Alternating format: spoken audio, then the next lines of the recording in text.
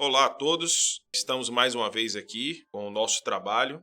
Estamos aqui com o irmão Alamarion, agradecemos a presença do irmão em responder as nossas perguntas, nos ensinar, trazendo as informações. Obrigado, irmão, pela presença. Obrigado, por estar nos dando essa oportunidade de viver com vocês esse momento de expectativa e de aprendizado. Obrigado e boa vida para todos.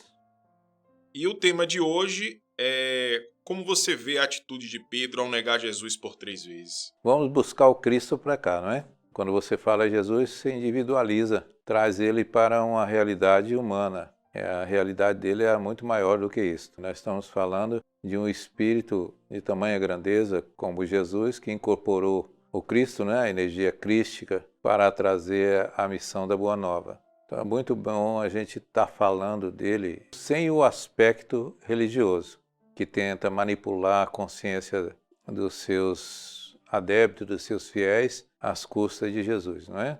O que eu tenho para falar sobre essa negação em relação a Jesus, perguntaram se ele conhecia, se ele seguia Jesus, e ele negou por 3 vezes. Agora eu pergunto a vocês, quantas vezes você já negou Jesus hoje, excepcionalmente hoje? É só você olhar as mensagens dele, que ele te convoca, não é? Para a ascensão através do respeito, através do amor, do serviço em prol da vida. Quantas vezes você negou o Cristo hoje? Muito mais do que Pedro negou as 3 vezes. Perfeito, irmão. Eu não tinha pensado por esse lado, é verdade. Fazendo uma recapitulação aqui, tô falando de mim, né? Falo por mim, nego mesmo. Realmente, sempre pensar e fazer o bem. Às vezes vem uma energia do lado de fora, né, da sociedade, do sistema, e nos desequilibra de forma fácil. Isso mostra o quanto eu me vejo desequilibrado, podendo melhorar cada dia mais com os ensinamentos de Jesus. Pois é. E quando você nega isso dentro de você, você está se permitindo ser violentado por esse mundo de valores perecíveis que você sabe que só tem um final: nada. Temos uma pergunta, irmão, que é a seguinte. Conforme relatos religiosos, Jesus afirmou que Pedro iria negar a ele 3 vezes naquela noite. Como Jesus poderia prever, entre aspas, esse futuro relacionado a esse acontecimento? Tudo tem um propósito. Nada acontece por acaso. É isso que vocês precisam entender. Era necessário que houvesse alguém ali para dar o exemplo a vocês, para a suposta traição. Esse nome é muito pejorativo pela responsabilidade que caiu sobre os ombros de Pedro. Precisa que vocês trabalhem isso, aproveite esse exemplo de Jesus, que sabia que Pedro ia ter aquele ato de traição. E para ele, que é um espírito de tamanha grandeza, que se permitiu incorporar o Cristo, muito mais fácil ainda. Imagina entender a fraqueza de um homem naquele momento, pelo contrário, ajudar ainda, dizendo: você vai me trair. Você, como ele, assim como vocês também, pode transitar no passado e também no futuro. É só deixar um pouco essa racionalidade, não é? Pela força da matéria física, e se permitir nessa sutileza mental que é você, para que perceba o imperceptível, para que ouça o inaudível. Quantas vezes vocês traem a própria consciência, traem o propósito divino, que nós falamos agora mesmo, sobretudo de respeito e proteção à vida? A atitude de Pedro representa a fraqueza dos homens? Nós não falamos essa coisa de traição, né, como fosse uma coisa do fim do mundo, mas é a expressão da fraqueza. Quando eu traio você, é uma fraqueza minha. A missão de Jesus, né, foi uma missão muito árdua para você chegar e segurar e dizer assim, se afirmar, entendeu? Não, eu acompanhei ele quer o bem para todos nós. Não é fácil para qualquer um dizer. Até hoje, nos dias de hoje, nós vimos aí, há pouco tempo aí, as pessoas invadindo candomblé, terreiros, igrejas, centros espíritas e outras, né? Tudo que tem a vamos dizer, a sua visão dogmática incomoda. Então essa é a acomodação que todos vocês preferem fazer, sabe, por uma fraqueza, que é só você buscar ser você mesmo. Ele não convocou para você para seguir nenhuma religião, só ser você. Mas, assim, Jesus compreende as limitações de Pedro. E da humanidade terrena também de hoje, Jesus compreende mesmo com os nossos erros.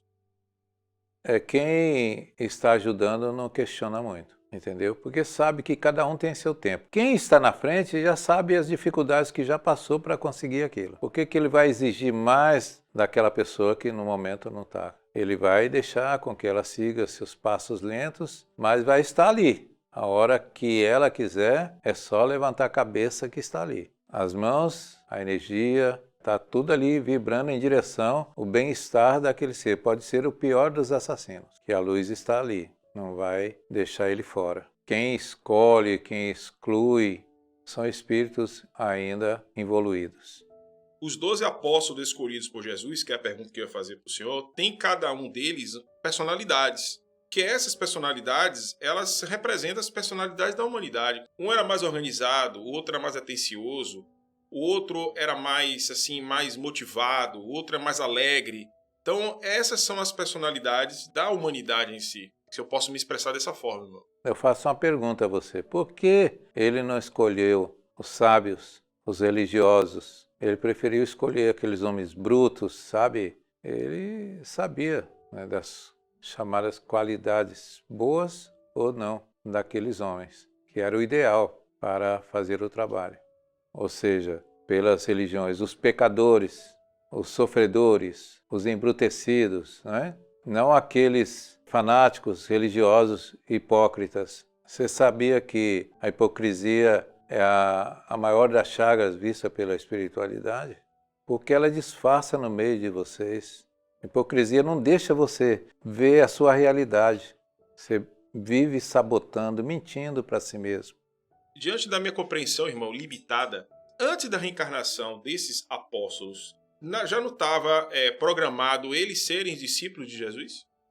Nós acreditamos que esses espíritos que vieram encarnar ali naquela região também não, vamos dizer, conscientemente reconhecia os valores que eles tinham, porque a vida exigia muito deles ali no mundo físico, força bruta, não é? Mas dentro deles já tinha uma sementinha, assim como tem dentro de você. Dentro de todos vocês tem a sementinha de um discípulo. Só que, como todo reencarnante passa pelo processo de esquecimento, e a vida vai mostrando no caminhar a direção que deve concluir a proposta encarnatória. Quer dizer que se os discípulos não quisessem seguir Jesus, teríamos outras pessoas naquele momento que poderia fazer o mesmo trabalho que os discípulos fizeram. É claro, mas tinha que ser eles mesmos, tudo dentro de um propósito que as mentes, mesmo que elas não tivessem a convicção, ia aparecendo uma realidade dos supostos milagres e das colocações, das parábolas. Estava tudo já dentro de um contexto para envolvê-los e eles não desistirem. Tanto que eles foram mais discípulos quando Jesus desencarnou, até o momento de suas mortes, eles foram mais discípulos do que quando estavam caminhando, andando com Jesus. Andando com Jesus, justamente. Quando Jesus desencarnou, eles passaram a caminhar com Jesus. Esse ponto de vista, irmão, é um exemplo clássico de andar e caminhar. Existem certas pessoas que acham que estão caminhando e estão andando. É porque não todo lado de um espírito com uma certa evolução é porque eu vou evoluir. Mas a evolução depende dos meus atos, das minhas ações. Porque quando você está andando, são convicções meras de que ouviu falar, que você leu, o nome está aqui, você quer falar bonito, sabe? Quando você está caminhando, o seu próprio exemplo fala. Aquele que quer o bem-estar da humanidade, ele planta uma árvorezinha que ele sabe que vai dar fruto. Isso é caminhar com Jesus. Por isso, pessoal, que é importante divulgar, né? Com a informação que o irmão Alain Marion nos traz, amplia a nossa consciência. Tem uma outra pergunta aqui interessante, porque tem se eu não me engano, posso estar errado, na literatura, né, na época de Jesus, que os cegos estavam no caminho de Jesus e Jesus o curou. Então os apóstolos perguntaram a Jesus se ele era um cego, ele tinha que ser cego, tinha que nascer cego. Ele falou nem uma coisa nem outra. Ele esteve ali naquele momento para testemunhar a minha obra, a obra de Deus. Então, aquilo me chamou a atenção. Certos personagens estariam naquele instante, naquele momento, nada é por acaso, para que pudesse desenrolar aqueles acontecimentos previstos, né, antes da reencarnação. É porque existe a inteligência e a sabedoria, não é?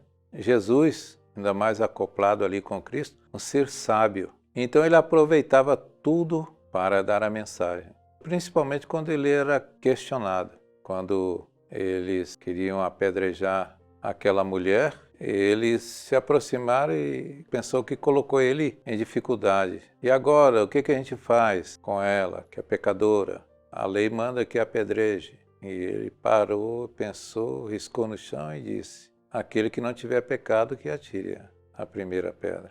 Entendeu? Então ele aproveitava todos os momentos, né, que ele era questionado. E ele sintonizava com os corações daqueles homens que estavam ali e que precisavam ouvir. Ele não dava as respostas assim. Ele parava e via o que é que as pessoas estavam precisando ouvir mesmo ali. Jesus sabia que aquela situação poderia ia ocorrer, né?